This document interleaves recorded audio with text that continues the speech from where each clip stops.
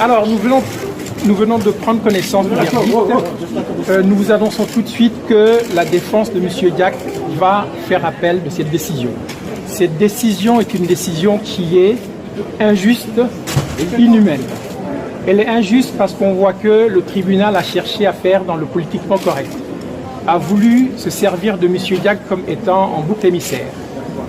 En lisant cette décision, le tribunal nous a montré qu'il n'a fait que épouser de façon entière la thèse du parquet.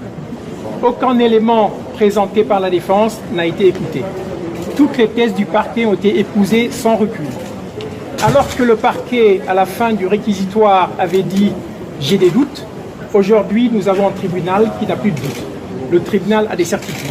Nous avons noté plusieurs incohérences, notamment quand on nous dit qu'il y a eu financement de campagne, mais que dans le même temps, on reconnaît qu'on n'a vu aucune trace de ce financement-là. Voilà.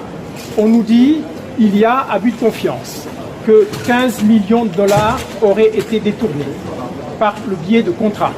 Mais ceux qui ont signé le contrat ne sont pas mis en cause. Les bénéficiaires du contrat ne sont pas mis en cause.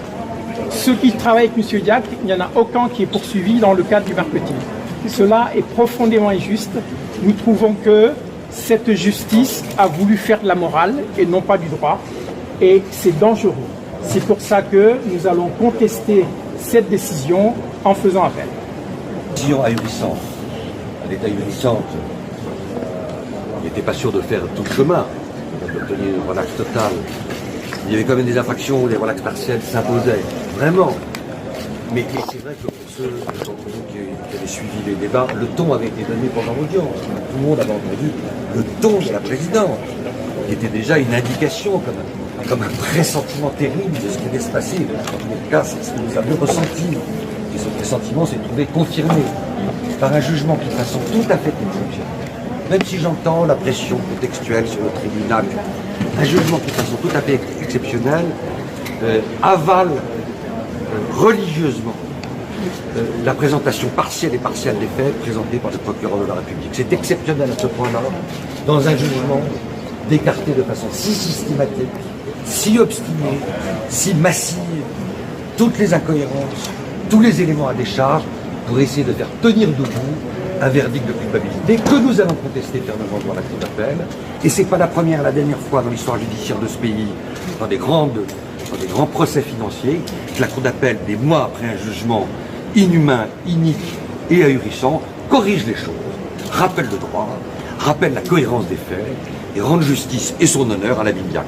Donc nous sommes évidemment pas hyper contents aujourd'hui, c'est moins qu'on puisse dire, mais dans la durée, nous restons confiants sur l'issue finale de cette procédure qui devra se terminer par une relaxe totale de la Diack. Voilà, merci. Monsieur Diack, les Anglais, un mot là-dessus, s'il vous plaît. Monsieur Diack, un mot, s'il vous plaît.